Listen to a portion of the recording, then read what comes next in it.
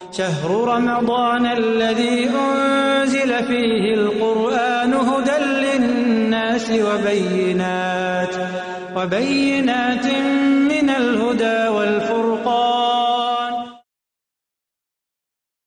نحمده ونصلي على رسوله الكريم اما بعد فاعوذ بالله من الشيطان الرجيم بسم الله الرحمن الرحيم رب اشرح لي صدري ويسر لي امري واحلل عقدة من لساني يفقهوا قولي۔ السلام علیکم ورحمۃ اللہ وبرکاتہ۔ ناظرین، پروگرام شہر رمضان کے سلسلے میں آج ہم سحری اور افطاری کے موضوع پر بات کریں گے۔ پچھلے پروگرام میں ہم نے تقوی کے بارے میں بات کی۔ عام طور پر ہمارے ہاں یہ خیال پایا جاتا ہے کہ جو شخص متقی ہو، پرہیزگار ہو، اس کو نہ کھانا پینا چاہیے، نہ آرام کرنا چاہیے، نہ اچھا لباس پہننا چاہیے۔ حالانکہ اسلام میں تقوی انسان کے دل کی کیفیت کا نام ہے، جیسا کہ ایک حدیث میں آتا ہے کہ نبی صلی اللہ علیہ وسلم نے دل کی طرف 3 بار اشارہ کرتے ہوئے فرمایا کہ التقوی ہا ہونا، التقوی ہا ہونا، التقوی ہا ہونا، کہ تقوی یہاں ہے، یعنی دل کے اندر ہے۔ تقوی کا مقام دل ہے،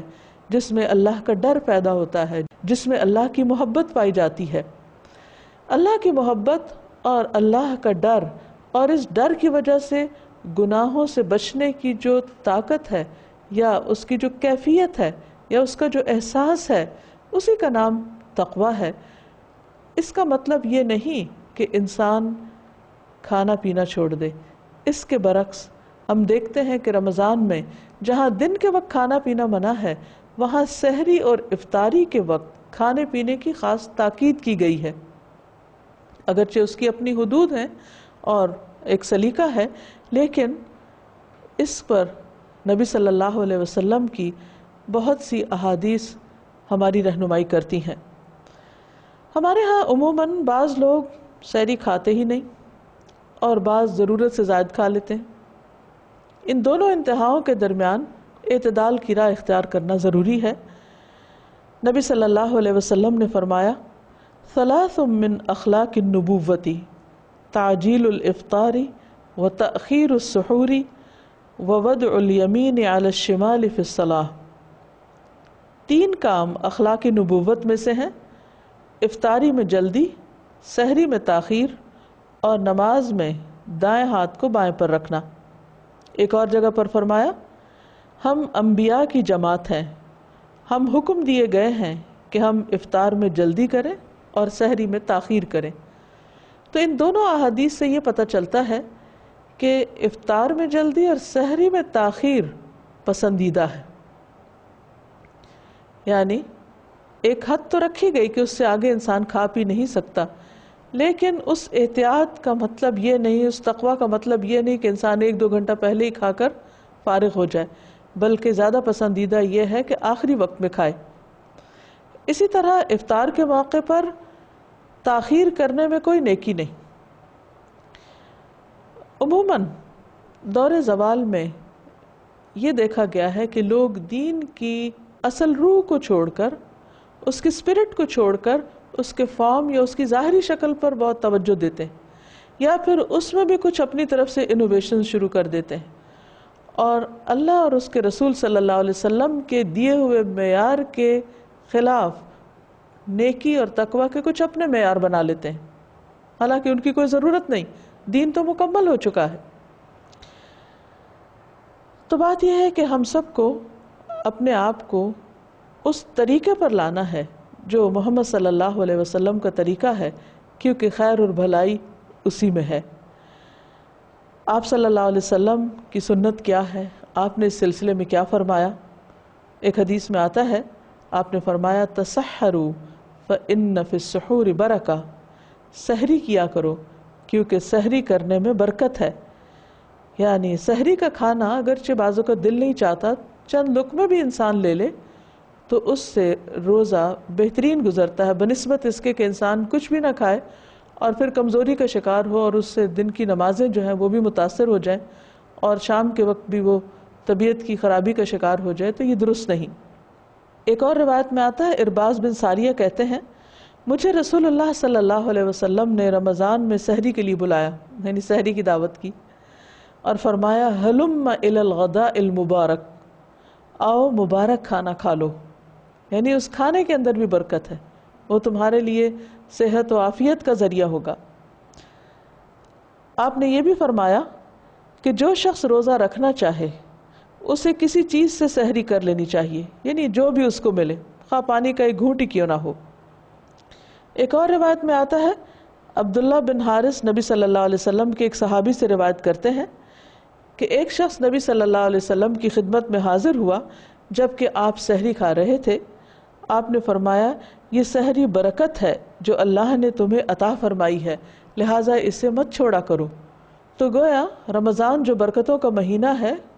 اس میں ایک خاص برکت سحری کے اندر پائی جاتی، یعنی بظاہر کھانا پینا ایک دنیاوی عمل ہے، اس کو عموماً ہم عبادت نہیں سمجھتے، لیکن رمضان میں کھانا بھی عبادت بن جاتا ہے، وہ بھی خیر و بھلائی اور برکت کا ذریعہ بنتا ہے۔ نبی صلی اللہ علیہ وسلم نے فرمایا تم لوگ اپنے اوپر صبح کا کھانا لازم کر لو، اس لیے کہ وہ صبح کا مبارک کھانا ہے۔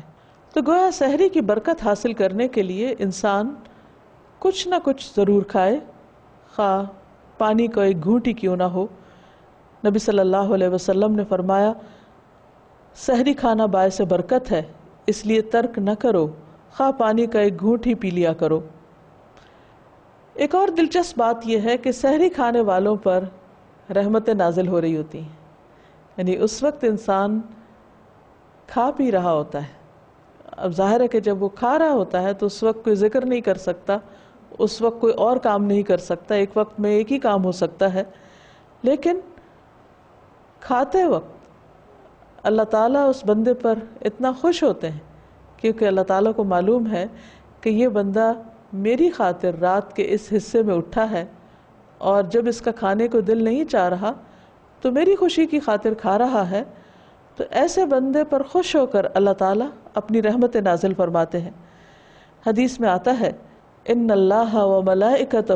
یصلون علی المتسحرین، یقیناً اللہ اور اس کے فرشتے سحری کھانے والوں پر درود بھیجتے ہیں، یعنی اللہ تعالیٰ کی طرف سے ان پر رحمتیں اور برکتیں نازل ہوتی ہیں اور فرشتے ان کے لیے رحمت اور بخشش کی دعا کرتے ہیں۔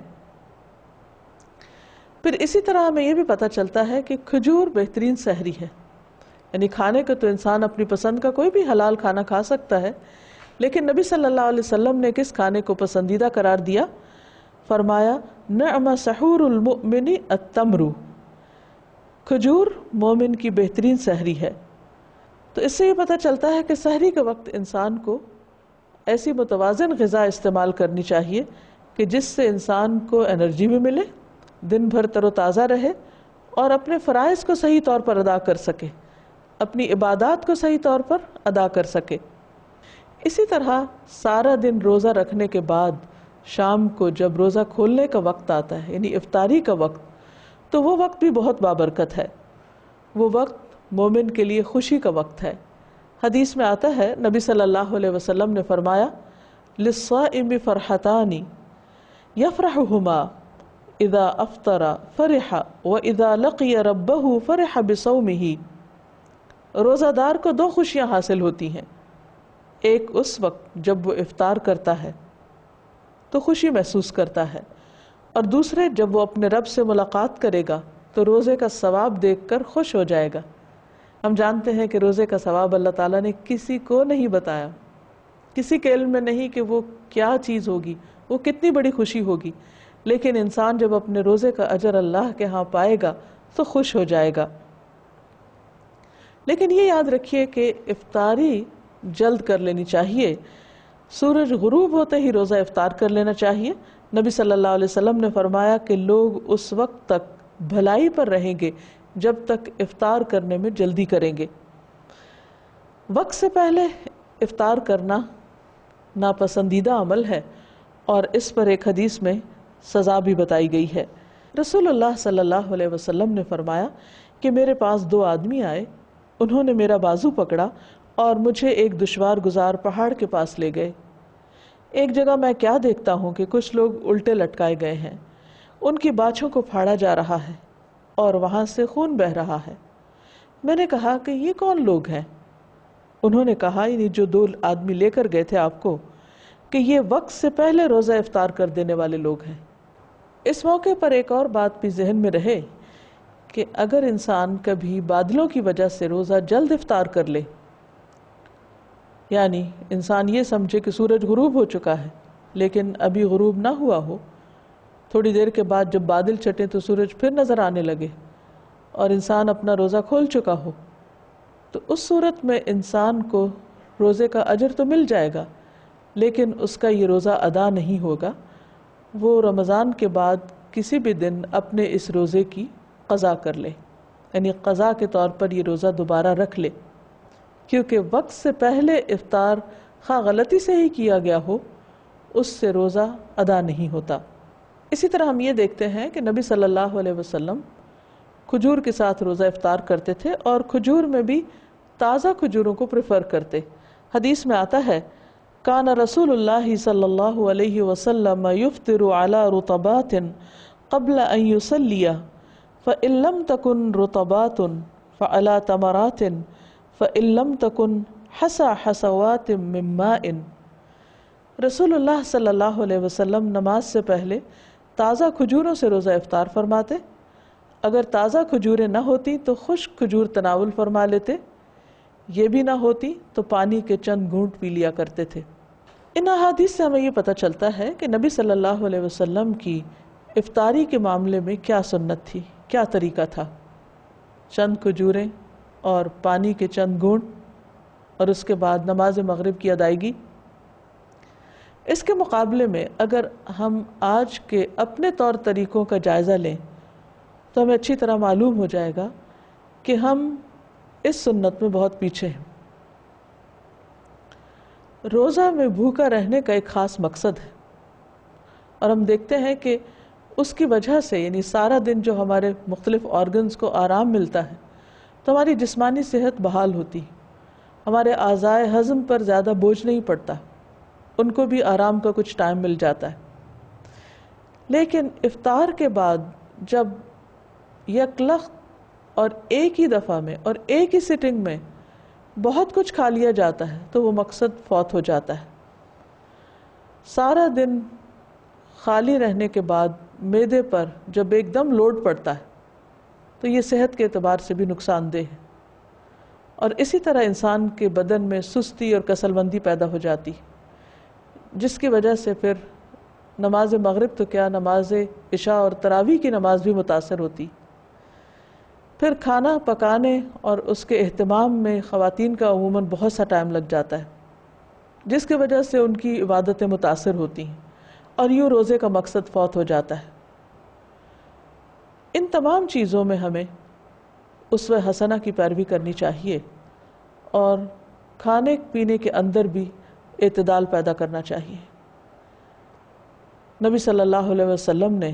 ہمیں ہر موقع کی مناسبت سے بہترین اصول اور ضابطے دیے ہیں۔ یہ موقع جو بالکل روحانیت کا وقت ہوتا ہے، یعنی افطاری کا وقت، انسان کے اندر ایک خاص قسم کا پیس اور سکون ہوتا ہے۔ اس وقت کو کھانے پینے کے ہنگامے کی نظر کر دینا، روزے سے صحیح طور پر فائدہ نہ اٹھانا ہے، کیونکہ دن بھر کے مقابلے میں آخری وقت میں انسان پوری طرح ٹھہر جاتا ہے، اس کے اندر ایک خاص سکون کی کیفیت ہوتی۔ بہتر اور مناسب تو یہی ہے کہ اس وقت میں انسان اللہ کا ذکر کرے، دعائیں مانگے، اللہ تعالیٰ سے قرب کی ایک خاص کیفیت جو پیدا ہونے لگتی ہے اس کا لحاظ رکھے، اس سے فائدہ اٹھائے، اور پھر صرف اپنے کھانے پینے پر ہی توجہ نہ دے بلکہ دوسرے لوگوں کو کھلانے کا بھی انتظام کرے۔ اسی لیے نبی صلی اللہ علیہ وسلم نے دوسروں کو افطار کرانے کا خاص اجر اور ثواب بتایا۔ حدیث میں آتا ہے،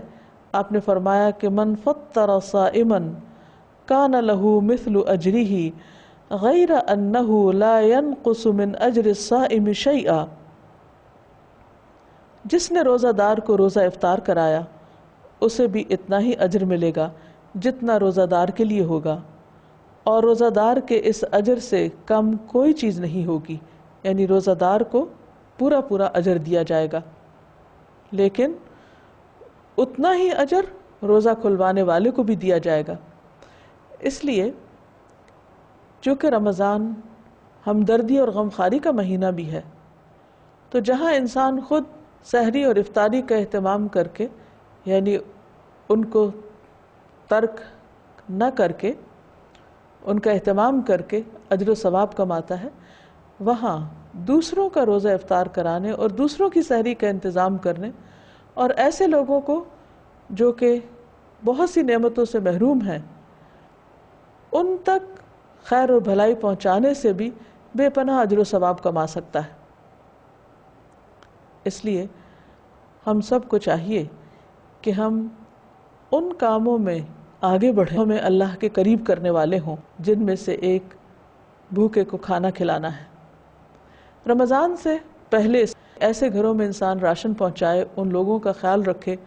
کہ جن کے بارے میں معلوم ہو کہ وہ اپنی سحری اور افطاری کا انتظام بہتر طور پہ نہیں کر سکتے۔ لیکن اگر پہلے اس کا خیال نہیں آیا تو اب بھی ہم اپنے آس پاس دائیں بائیں ایسے لوگوں کو تلاش کر سکتے ہیں کہ جن کو ہم خاص طور پر اس خیر میں شریک کریں، یعنی وہ بھی سحری اور افطاری کا اہتمام کر سکیں۔ عموماً جب ہم سحری کے وقت خود کھا رہے ہوتے ہیں تو دوسروں کا خیال ہمیں نہیں آتا، یا افطار کے وقت جب ہم صرف خود نہیں افطار پارٹیوں کا اہتمام کر رہے ہوتے ہیں تو عموماً اس میں محروم طبقات کو محروم ہی رکھا جاتا ہے۔ نبی صلی اللہ علیہ وسلم کا طریقہ ہمیں کیا پتہ چلتا ہے کہ بعض اوقات آپ افطار کے قریب ہوتے اور اتنے میں کوئی سائل آ جاتا اور وہ آپ سے مانگ لیتا تو آپ اپنے حصے کی چیز بھی اس کو دے دیا کرتے تھے، اور یہی طریقہ اور بہت سے نیک لوگوں کا رہا ہے۔ اس لیے بہت ضروری ہے کہ ہم اس کام میں نبی صلی اللہ علیہ وسلم کی سنت کو فالو کریں، اور یہ یاد رکھیں کہ یہ شہر الطعام نہیں بلکہ شہر الصیام ہے، اور افطار کے وقت دعاؤں کا بھی اہتمام کریں۔ نبی صلی اللہ علیہ وسلم نے روزہ کھولتے وقت یہ دعا سکھائی ہے، ذهب الظمأ وابتلت العروق وثبت الاجر انشاء اللہ، پیاس ختم ہو گئی، رگیں تر ہو گئی، اور روزے کا ثواب انشاءاللہ پکا ہو گیا۔ اسی طرح آپ روزہ افطار کروانے والے کو بھی دعا دے سکتے ہیں۔ رسول اللہ صلی اللہ علیہ وسلم نے حضرت سعد بن عبادہ کے پاس روزہ افطار کیا تو ان کو یہ دعا دی، افطر عندکم الصائمون واکل طعامکم الابرار وصلت علیکم الملائکہ، روزے دار تمہارے ہاں روزہ افطار کرتے رہیں اور نیک لوگ تمہارا کھانا کھاتے رہیں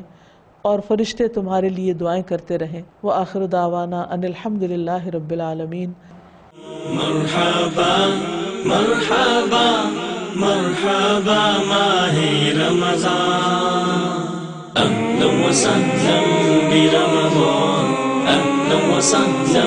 برمضان، اہلا وسہلا برمضان، اہلا وسہلا